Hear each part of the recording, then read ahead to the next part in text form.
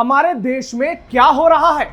जब पूरे देश ने यूजीसी का विरोध किया तो लोगों ने कहा यह तो एससी एसटी और ओबीसी के साथ अन्याय है। जब एससी एसटी एक्ट का विरोध किया गया तो कहा गया यह एससी एसटी के साथ अन्याय है। अन्याय हो किसके साथ रहा है, यह सबसे बड़ा सवाल है, क्योंकि ऐसे ऐसे मामले निकलकर सामने आ रहे हैं जिसके जवाब देने के लायक ना तो सरकार है, ना ही लोगों को यह समझ में आ रहा है कि आखिर कानून के नाम पर इतना बड़ा खिलवाड़ क्यों किया जा रहा है। उत्तर से लेकर दक्षिण तक, पूरब से लेकर पश्चिम तक, बात चाहे बिहार की हो या उत्तर प्रदेश की हो, ऐसे ऐसे केस सामने आ रहे हैं जिसे सुनकर आपकी रूह कांप जाएगी। जी हां, एससी एसटी एक्ट के नाम पर किस तरह से सवर्णों का और ओबीसी जातियों का शोषण किया जा रहा है, उसका ताजा उदाहरण सोनभद्र जिले का एक ताजा मामला है। प्रदेश का सोनभद्र जिला इस वक्त पूरे उत्तर प्रदेश में चर्चा का विषय बन गया है। मामला बीते साल के नवंबर महीने का है, जब 13 नवंबर 2025 को रामलीला के दौरान एक अनहोनी हो गई। दरअसल रामलीला के अंतिम दिन राम रावण युद्ध के दौरान भगवान श्री राम का किरदार निभा रहे नैतिक पांडे ने आखिर में जो तीर चलाया वो रावण के मुकुट की जगह रावण बने सुनील कुमार की आंख में जा लगी। इस घटना से सुनील की एक आंख खराब हो गई, उसकी आंख की रोशनी चली गई।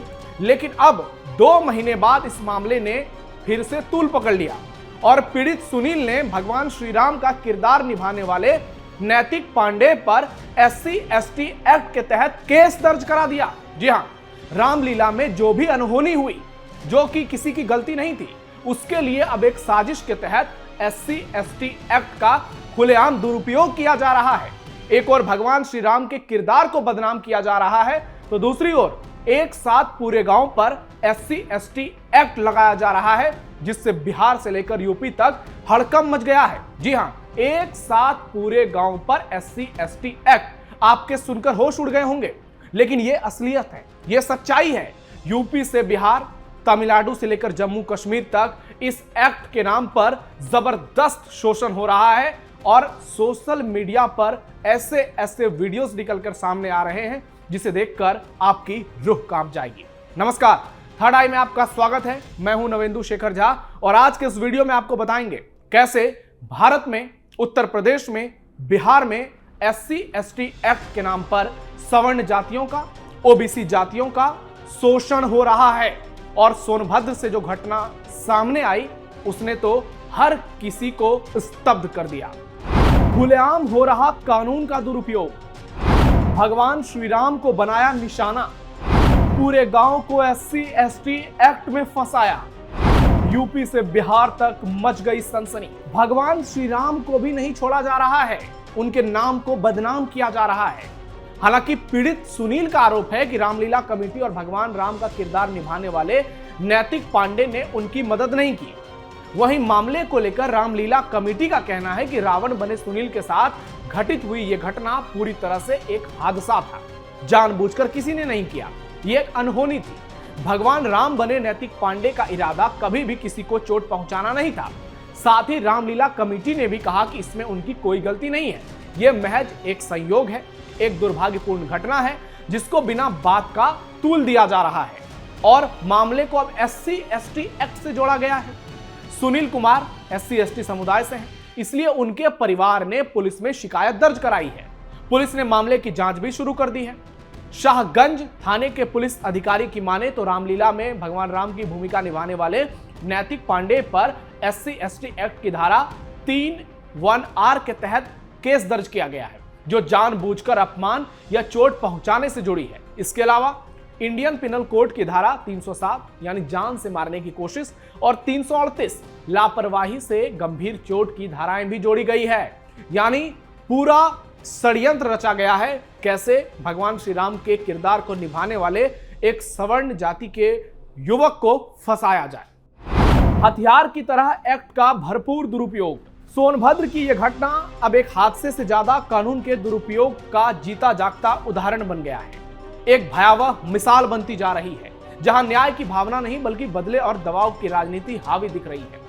रामलीला जैसे धार्मिक सांस्कृतिक मंच पर हुई एक दुर्भाग्यपूर्ण घटना को महीनों बाद आपराधिक साजिश और जातिगत उत्पीड़न का अमली जामा पहनाकर इस तरह से सवाल खड़े करना नीयत पर ही सवाल उठाता है।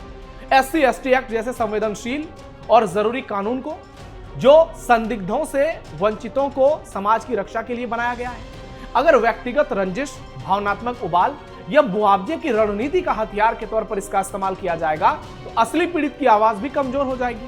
क्या हर हादसा अपराध है? क्या हर दुर्घटना नियत का परिणाम होती है? क्या बिना ठोस सबूत सीधे 307 जैसी गंभीर धाराएं जोड़ देना न्याय है? भीमराव अंबेडकर के संविधान का यह डर पैदा करने की कोशिश। आज जरूरत है भावनाओं से नहीं, तथ्यों से न्याय करने की, वरना कानून की गरिमा और समाज का भरोसा दोनों घायल हो जाएगा, जो घायल होना शुरू हो चुका है। और जो लोग बाबा साहेब अंबेडकर के संविधान के नाम पर छाती पीटते हैं, अब वो खुलकर इस एक्ट का दुरुपयोग करने लगे हैं। पूरे गांव पर SC/ST एक्ट के तहत केस। सोनभद्र से अब आपको लिए चलते हैं बिहार के मिथिला में। जी हां, दरभंगा जिले की एक बड़ी कहानी आपको बताते हैं। दरभंगा जिले के हरिनगर गांव में मजदूरी भुगतान के विवाद ने इतना बड़ा रूप ले लिया कि पूरे गांव पर SC/ST एक्ट के तहत केस दर्ज किया गया। 200 ब्राह्मणों से अधिक के खिलाफ SC/ST एक्ट के धाराओं में केस दर्ज किया गया है, जिसमें नामजद अभियुक्त बनाए गए हैं। मामले में अब तक 12 लोगों की गिरफ्तारी भी हो चुकी है। गांव के ही एक दलित परिवार ने आरोप लगाया है कि घर के निर्माण कार्य के लिए दी गई मजदूरी की लगभग 2.5 लाख की राशि का भुगतान अभी तक नहीं किया गया है। इसको लेकर गांव में 30 जनवरी को पंचायत भी हुई थी, लेकिन तब मामला नहीं सुलझ पाया। इसी बात को लेकर 31 जनवरी के बीच दोनों पक्षों में तीखी नोकझोंक हुई और इसके बाद जो कुछ हुआ वो कल्पना से परे है। 30 जनवरी को ही ब्राह्मणों की ओर से पुलिस में शिकायत भी की गई, लेकिन आरोप यह है कि पुलिस ने ब्राह्मणों की शिकायत पर कोई कार्रवाई नहीं की, जबकि SC/ST के लोगों के समर्थन में शिकायत दर्ज की और ऐसी धाराएं लगाई गई हैं ब्राह्मणों के खिलाफ, जिसे देखकर, जिसे जानकर, जिसे सुनकर आपको भी लगेगा इसे कहते हैं खुला दुरुपयोग। पीड़ित पक्ष ने अपनी शिकायत में 70 लोगों के नाम स्पष्ट रूप से दर्ज कराए हैं, जबकि 140 से अधिक अज्ञात का उल्लेख किया है। यानी इस आधार पर पुलिस ने गांव के बड़े हिस्से, एक विशेष जाति को पूरी तरह से इसमें शामिल कर लिया है। चौंकाने वाली बात यह है कि कई ऐसे नाम FIR में हैं जो सालों से गांव में रहते ही नहीं, जिसके बाद मामला और विवादित हो गया। कोई दिल्ली रह रहा है, कोई मुंबई में है, कोई अमेरिका में है, मतलब जो विदेश में है उस पर भी FIR दर्ज। 12 लोगों की गिरफ्तारी हो चुकी है, गांव में अतिरिक्त पुलिस बल की तैनाती हो चुकी है, माहौल तनावपूर्ण हो चुका है। सरकार कर क्या रही है बॉस? पुलिस का कहना है कि मामला संवेदनशील है और सबूत के आधार पर ही आगे गिरफ्तारी होगी। तो फिर ये 12 लोगों को क्यों गिरफ्तार किया है? क्या अब SC/ST एक्ट के नाम पर देश में इसी तरीके का नंगा नाच होगा? गांव के लोगों का कहना है कि यह सिर्फ एक आर्थिक विवाद था, लेकिन इसे जातीय रंग देकर पूरे समुदाय पर मुकदमा कर दिया गया है। कई लोगों ने FIR में शामिल किए गए नामों पर सीधी आपत्ति जताई है और आरोप लगाया है कि बिना जांच के, बिना सबूत के सीधे इनके नाम जोड़ लिए गए। पुलिस कह रही है कि मामला गंभीर है, इसलिए SC/ST एक्ट के तहत जांच की जा रही है, किसी निर्दोष को परेशान नहीं किया जाएगा। लेकिन पुलिस ने बिना जांच ही कैसे तय कर लिया कि 200 लोग इसमें दोषी हैं, जबकि इसमें ज्यादातर लोग तो गांव के बाहर के। ऐसे में गांव का माहौल पूरी तरह से तनावपूर्ण हो चुका है और इस कदर लोगों के बीच नफरत फैल रही है, जैसे हिंदू बनाम मुस्लिम कभी कभी हुआ करता था। आज आप देखिए कि किस तरह से लोगों को आपस में लड़ाया जा रहा है, किस तरह से ऐसे एक्ट का खुलेआम दुरुपयोग किया जा रहा है। साजिश के तहत निर्दोषों को जानबूझकर फंसाया। आज देश के कई हिस्सों में SC/ST एक्ट जैसे संवेदनशील और ऐतिहासिक रूप से जरूरी कानून के दुरुपयोग के आरोप लगातार सामने आ रहे हैं, खासकर उत्तर प्रदेश और बिहार से, जहां व्यक्तिगत विवाद, हादसे, आर्थिक लेन देन या आपसी छोटी मोटी लड़ाई, इसे जातिगत उत्पीड़न का रूप देकर सीधे SC/ST एक्ट से जोड़ दिया जाता है। और जिन थानों में SC/ST समुदाय के दारोगा या पुलिस वाले हैं, वो बिना कुछ सोचे ही केस दर्ज कर लेते हैं। सोनभद्र की रामलीला की घटना हो या बिहार के मिथिला की, इन मामलों में यह सवाल उठता है कि क्या हर दुर्घटना जातिगत अपराध बन जाता है?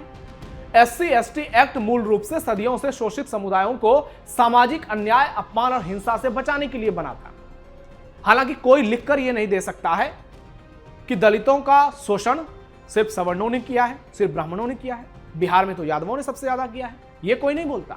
लेकिन हाल के सालों में इसके तहत FIR दर्ज कराने की प्रक्रिया, तुरंत गिरफ्तारी का भय और गंभीर धाराओं के तहत केस दर्ज करके इसे दबाव के हथियार के तौर पर इस्तेमाल किया जा रहा है। यूपी, बिहार में ऐसे सैकड़ों उदाहरण सामने आए हैं जहां पूरे गांव, समुदाय या दर्जनों लोगों को एक साथ आरोपी बना दिया जाता है। बाद में जांच में कुछ नहीं निकलता। पैसे खाकर ये घूसखोर पुलिस अधिकारी इस तरीके से केस दर्ज करते हैं। इस पूरे मामले में पुलिस की भी एक बड़ी भूमिका होती है। नेताओं से उनकी सेटिंग होती है और ये थाने वाले दरोगा लोग ये पैसे खाकर, घूस खाकर, जानबूझकर ऐसा केस दर्ज करते हैं ताकि दूसरे पक्ष से जबरदस्त वसूली की जाए, उसका मानसिक उत्पीड़न किया जाए। समस्या कानून में नहीं है, बल्कि उसके अंधाधुंध और बिना जांच के इस्तेमाल में है, उसके दुरुपयोग पर है। जब हर विवाद को SC/ST एक्ट के चश्मे से देखा जाएगा तो असली पीड़ितों की विश्वसनीयता क्यों नहीं कमजोर होगी और समाज में जातीय तनाव क्यों नहीं गहराएगा। जरूरत इस बात की है कि पुलिस और प्रशासन तथ्यों, सबूतों और मंशा की गंभीर जांच के बाद भी इतनी कठोर धाराओं का इस्तेमाल क्यों कर रही है। क्या एक विशेष रैकेट चलाया जा रहा है सवर्णों के खिलाफ, OBC के खिलाफ, और इसमें सरकार भी शामिल है। आप देखिए UGC के नाम पर कैसे सांप सूंघ गया बीजेपी वालों को, JDU वालों को, कांग्रेस वालों को, अखिलेश यादव को, ममता बनर्जी को। कोई खुलकर नहीं बोल रहा था। सबको लग रहा था कि किसी तरह से इस पे डैमेज कंट्रोल किया जाए, कैसे अपना उल्लू सीधा किया जाए। कोई ये नहीं देख रहा है कि कैसे इस कानून के तहत जबरदस्त नंगा नाच हो रहा है, जबरदस्त बवाल किया जा रहा है। विष्णु तिवारी का मामला आप खुद सोचिए। 20 साल कोई व्यक्ति जेल से सजा काट के आता है और कोर्ट कहती है आपने गुनाह किया ही नहीं। एक लड़की को कोई लड़का प्रपोज करता है, या कोई लड़का किसी लड़की को प्रपोज करता है, या कोई लड़की किसी को लड़का को प्रपोज करती है। अगर कोई मना कर देता है तो उस पर SC/ST एक्ट लगा दिया जाता है। छोटी सी विवाद होती है, आपसी मजाक में अगर कोई एक दूसरे को कोई गालियां देता है तो उस पर भी SC/ST एक्ट केस दर्ज हो जाता है। भाई ये देश संविधान से चलेगा, न्याय से चलेगा। कहां है संविधान, कहां है न्याय। आज देश की एक बड़ी आबादी पूछ रही है, बहुसंख्यक आबादी है, OBC और सवर्ण जातियों को मिला दिया जाए। लेकिन जिस तरह से इस एक्ट के नाम पर भरपूर इसका दुरुपयोग किया जा रहा है, यह भारत के भविष्य को झकझोर रहा है। आने वाले दिनों में आप देखिएगा इसका कितना खतरनाक इंपैक्ट होता है। और इसी के तहत UGC लाया गया था। मोदी सरकार की करारी हार हुई, सुप्रीम कोर्ट ने मामले पर स्टे लगा दिया और इस एक्ट के तहत साजिश षड्यंत्र रचने वालों को एक बड़ा झटका लगा। हालांकि अभी फाइनल फैसला नहीं आया है, लेकिन जिस तरह से सीनाजोरी की जा रही है कि हम तो इनको दबाएंगे, हम तो इन पर केस करेंगे, हम तो इनको फंसाएंगे। आपने देखा होगा RJD की एक बहुत ही बेशर्म प्रवक्ता है, कैसे उसका एक बयान सोशल मीडिया पर वायरल हुआ। ऐसे में सवाल अनेकों हैं, लेकिन इसके जवाब किसी के पास नहीं, ना सरकार के पास, ना पुलिस अधिकारियों के पास, क्योंकि सिस्टम ही खराब है। आपकी राय क्या है कमेंट बॉक्स में बताइए। हमारे इस वीडियो को लाइक कीजिए, शेयर कीजिए और चैनल को सब्सक्राइब जरूर कीजिए। फिलहाल के लिए थर्ड आई में इतना ही। धन्यवाद।